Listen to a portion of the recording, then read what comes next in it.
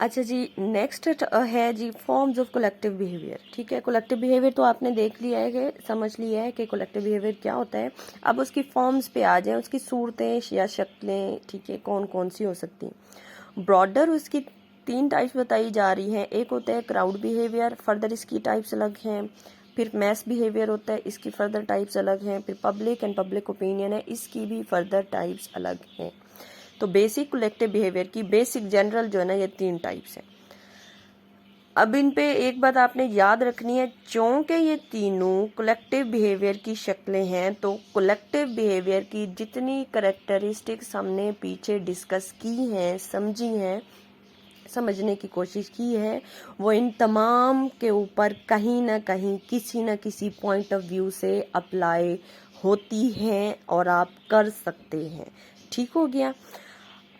और इसमें एक और बात ये भी आपने याद रखनी है कि जो क्राउड बिहेवियर है, वो आप देखोगे कि जिसमें ज्योग्राफिकली पॉपुलेशन स्प्रेड नहीं है। यानी क्राउड बिहेवियर में जितने भी हम टाइप्स पढ़ेंगे, वो एक मखसूस जगह होगी, उस मखसूस जगह में मखसूस लोग होंगे और उनकी मखसूस तादाद होगी जो किसी न किसी तरह का रिएक्शन दे रहे होंगे। ठीक है, ये क्या है, क्राउड बिहेवियर। फिर जब आप बात करते हो मैस बिहेवियर की, मैस बिहेवियर से मुराद कि हम फिर पूरी दुनिया में बैठे हुए लोगों की बात कर रहे हैं। वो फिर जो कलेक्टिव बिहेवियर होगा, वो किसी एक जगह का नहीं होगा, किसी एक बिल्डिंग में बैठे लोगों का नहीं होगा। वो मैस बिहेवियर, वो कलेक्टिव बिहेवियर जो मैस बिहेवियर की फॉर्म में होगा, वो फिर हम पूरी दुनिया में बैठे हुए, हम किसी जंगल में बैठे हुए इंसान की बात कर सकते हैं, वो हम किसी मुल्क में कोई 5 स्टार होटल में बैठा हुआ इंसान या ज्यादा लोग हो सकते हैं। तो उसमें हमारी फिर पूरी दुनिया में बैठे हुए लोग वो कहीं से भी ताल्लुक रख सकते हैं, किसी भी कंट्री के हो सकते हैं, किसी भी रूरल कम्युनिटी के, किसी भी अर्बन कम्युनिटी के, वो कहीं से भी हो सकते हैं। ठीक है, तो कुछ कलेक्टिव बिहेवियर जो स्पेसिफिक होते हैं, जो एरिया वाइज होते हैं, कुछ कलेक्टिव बिहेवियर जो पूरी दुनिया में कहीं पे भी फैले हुए यानी रिएक्शन हो सकता है। क्योंकि कलेक्टिव बिहेवियर हमने पहले भी डिस्कस किया है ना, कलेक्टिव बिहेवियर क्या होता है। कलेक्टिव बिहेवियर मीन्स कि एक सिचुएशन के ऊपर वो लोग कैसे रिएक्ट करते हैं। ठीक है, अब वो कलेक्टिव बिहेवियर, उस सिचुएशन वो एक एरिया की हो सकती है, वो सिचुएशन ऐसी भी हो सकती है जो पूरी दुनिया के लोगों को हिट कर रही हो, तब भी फिर पूरी दुनिया में जगह जगह लोग उसके ऊपर रिएक्शन देते हैं, रद्द अमल देते हैं। ठीक है, तो पब्लिक और पब्लिक ओपिनियन भी अगेन मैस बिहेवियर के साथ, यानी ज्योग्राफिकली जब पॉपुलेशन स्प्रेड हो, यानी पूरी दुनिया की, फिर हम इसमें बात लेके आते हैं कि पूरी दुनिया में कहीं से भी लोग इसके ऊपर कोई भी रिएक्शन उस एक सिचुएशन के ऊपर दे सकते हैं। फिर वो कह रहे हैं, अच्छा जी चलें ये डिटेल आगे फिर देखते हैं। ये तो जनरल सी इंफॉर्मेशन थी, तो अब आप स्पेसिफिकली आ जाएं कलेक्टिव बिहेवियर के ऊपर कि क्राउड बिहेवियर क्या होता है। क्राउड हजूम को बोलते हैं, आप लोगों को पहले से भी कुछ इसके बारे में आइडिया होगा। ठीक है, क्राउड बिहेवियर यानी ये भी फॉर्म ऑफ कलेक्टिव बिहेवियर है। ठीक है, इसके ऊपर भी वो सारी कैरेक्टरिस्टिक्स आप अप्लाई कर सकते हैं जो कलेक्टिव बिहेवियर की हैं। ठीक है, तो क्राउड बिहेवियर में वो कह रहे हैं कि क्राउड बिहेवियर क्या होता है कि ये अनस्ट्रक्चर्ड होता है, यानी कोई रूल्स और रेगुलेशंस नहीं। ठीक है, कोई फॉर्मल कंट्रोल नहीं, कोई इसका डिजाइन नहीं, कोई इसको डील करने वाला नहीं। बस होता ये है कि कोई एक इवेंट हो जाता है जिसके ऊपर आहिस्ता आहिस्ता से लोग जमा होना शुरू हो जाते हैं। ठीक है, क्राउड क्या होता है, जिसकी कोई प्री डिफाइंड नॉर्म्स नहीं होती, कोई प्री डिफाइंड रूल्स और रेगुलेशंस नहीं होते, ना ही कोई इसको कंट्रोल करने वाला होता है। अगेन चूंकि ये कलेक्टिव बिहेवियर है, अगेन एनोनिमिटी साथ में याद रहे, म्यूचुअल अटेंशन साथ में याद रहे, जो पीछे हम कैरेक्टरिस्टिक्स जो भी सारी पढ़ चुके हैं वो सारी इसके साथ आप अटैच कर सकते हो। अब अगेन क्राउड बिहेवियर के बारे में ये है कि ये वायलेंट नहीं होता। क्राउड बिहेवियर जनरली लड़ाई झगड़े से या इस तरह की चीजें इसमें इन्वॉल्व नहीं होती, बट चूंकि एनोनिमिटी है, चूंकि कलेक्टिव बिहेवियर, चूंकि क्राउड की फॉर्म में, वो तभी होता है जिनकी म्यूचुअल अटेंशन होती है, एक ही इवेंट पे फोकस होता है। तो उसमें हो सकता है दुश्मन अनासर मिल जाए, हो सकता है क्योंकि प्री डिफाइंड नॉर्म्स नहीं है तो हो सकता है वो लड़ाई झगड़े की फॉर्म अख्तियार कर जाए, जो कि अनप्रिडिक्टेबल है।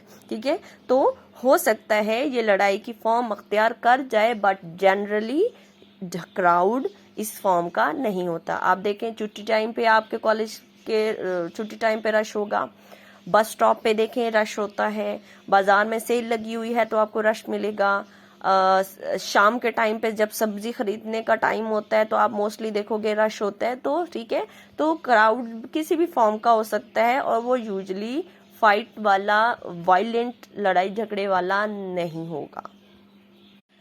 अच्छा जी, नेक्स्ट इसके ऊपर है थेरीज ऑफ क्राउड बिहेवियर। अब क्राउड बिहेवियर के बारे में के दो थेरीज हैं, एक कंटेंजन थेरी है, ठीक है, कंटेंजन थेरी है, दूसरी है हमारे पास इमर्जेंट नॉर्म थेरी। कंटेंजन थेरी कहती है, ठीक है, यानी जो लिबॉन ने दी है 1895 के अंदर, वो कहता है कि जैसे आपने कभी सुना होगा अछूत की बीमारी के बारे में, ठीक है, अछूत कंटेजियन या कंटेजियस से मुराद है कि कोई अछूत वाली चीज, यानी ऐसी चीज जो हाथ लगने से फैलती जाए, ठीक है, कुछ जैसे बीमारियां ऐसी होती हैं जो हाथ लगने से फैलती जाती हैं तो वो बढ़ती जाती है बीमारी, ठीक है, वो और लोगों में मुंतकिल होती जाती है।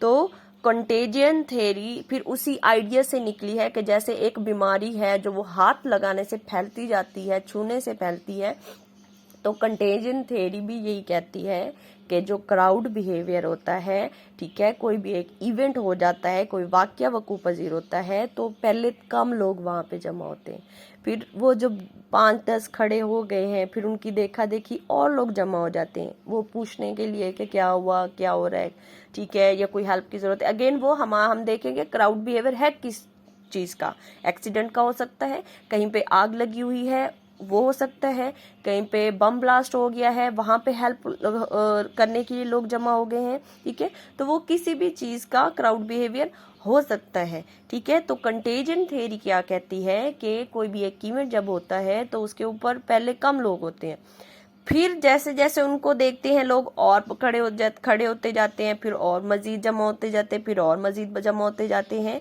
ठीक है। तो कंटेजन थ्योरी ये कहती है क्राउड बिहेवियर इस तरीके से बनता है, ठीक है। तो अब अगेन क्राउड बिहेवियर है वो नॉर्मल कैजुअल हो सकते हैं, कभी स्पेसिफिक इवेंट के ऊपर भी क्राउड बिहेवियर हो सकते हैं, जैसे मैंने पहले भी बताया है कि कुछ रूटीन के क्राउड्स होते हैं, कुछ जैसे मेला लगता है या कोई थिएटर पे मूवी देखने के लिए जा रहा है तो मूवी का चूंकि टाइमिंग स्पेसिफिक होती है तो उस टाइम पे भी रश होता है, ठीक है। तो कुछ कैजुअल क्राउड्स होते हैं, कुछ रूटीन के, ठीक है, नहीं होते। तो कंटेजन थ्योरी क्या कहती है कि क्राउड इस तरीके से बनता है। फिर इसमें लिबॉन ऐड करता है, लिबॉन कहता है कि जैसे बाज दफा कुछ क्राउड होते हैं प्रोटेस्ट करने के लिए, ठीक है, तो लिबॉन कहता है कि क्राउड के अंदर बेशक पावर है, वो इकट्ठा होके कुछ भी कर सकता है, बट अगेन अगर उस क्राउड में या वो जो प्रोटेस्ट करने वाले लोग हैं उनके पास कोई लीडर नहीं है, कोई स्पेसिफिक टेक्निक नहीं है, कोई उनके पास इंटेलेक्चुअल पावर नहीं है, कोई उसमें कोई जहीन बंदा नहीं है जो लीडरशिप वाली क्वालिटीज रखता हो, जो बात मनवाना जानता हो, बात कैसे मनवानी है, अपने मुतालबात को कैसे पूरा करवाना है, तो जब तक उसमें वो लोग नहीं होंगे जो लीडरशिप क्वालिटी रखते होंगे तब तक वो प्रोटेस्ट कामयाब नहीं हो सकता, ठीक है। तो इसलिए वो कहता है कि बेशक कलेक्टिव बिहेवियर के अंदर बहुत सारी पावर है, क्योंकि एक इंडिविजुअल उतनी पावर नहीं रखता जितना कलेक्टिव बिहेवियर रखता है, बट अगेन जब कलेक्टिव बिहेवियर चूंकि र्यूमर्स हैं इसमें फैलती है, मिस इन्फॉर्मेशन फैलती है, बहुत सारे लोग जानते नहीं है कोई किसी को, तो कोई एक दूसरे की बात फिर उस तरीके से मानता भी नहीं है। र्यूमर्स फैलने से हो सकता है वो क्राउड खुद लड़ाई झगड़े का शिकार हो जाए, पता चले वो करने तो गए हुए अपने मुतालबात मनवाने के लिए, वो खुद प्रोटेस्ट में वो खुद आपस में लड़ पड़े हैं, ठीक है। तो लिबॉन कहता है तो उनमें कोई लीडरशिप क्वालिटी रखने वाला पर्सन चाहिए जो उस क्राउड बिहेवियर की उस पावर को अच्छे से यूटिलाइज करे, इस्तेमाल करे और अपना मकसद हासिल कर सके। फिर सेकंड है क्राउड बिहेवियर के ऊपर नॉर्म इमर्जेंट थ्योरी या इमर्जेंट नॉर्म थ्योरी, ठीक है। ये थ्योरी, ठीक है, ये थ्योरी क्या कहती है, ये थ्योरी कहती है कि आप देखिए इमर्जेंट कहते हैं इमर्ज करना, यानी किसी चीज का उभर के आना, ठीक है, निकल के आना किसी चीज में से, ठीक है, जाहिर होना किसी चीज का किसी चीज में से, ठीक है। तो इमर्जेंट कहने के जाहिर होना, इजहार होना, तो किस चीज़ का? नॉर्म्स का। नॉर्म्स अगेन मैं पहले भी एक्सप्लेन कर चुकी हूँ कि हर सिचुएशन के लिहाज से, हर ग्रुप के लिहाज से हमारी कुछ नॉर्म्स होती हैं, हमारे कुछ आदाब होते हैं जो हमें फॉलो करने पड़ते हैं। फॉर एग्जाम्पल डेथ है, उसकी कुछ नॉर्म्स है, ठीक है। इसी तरह शादी हो रही है, उसकी कुछ नॉर्म्स है। इसी तरह अगर आप कोई पार्टी हो रही है, उसकी कुछ नॉर्म्स है। अगर आप किसी के घर में मिलने के लिए जाते हो, उसकी अलग नॉर्म्स है। अगर कोई मिलाद पढ़ा रहा है, उसकी अलग नॉर्म्स है। ये नहीं होता कि डेथ की सेरेमनी और आप ढोल बजाना स्टार्ट कर दें, या शादी हो रही है तो आप ज़ारो कतार रोना स्टार्ट कर दें। तो ऐसा हम नहीं करते।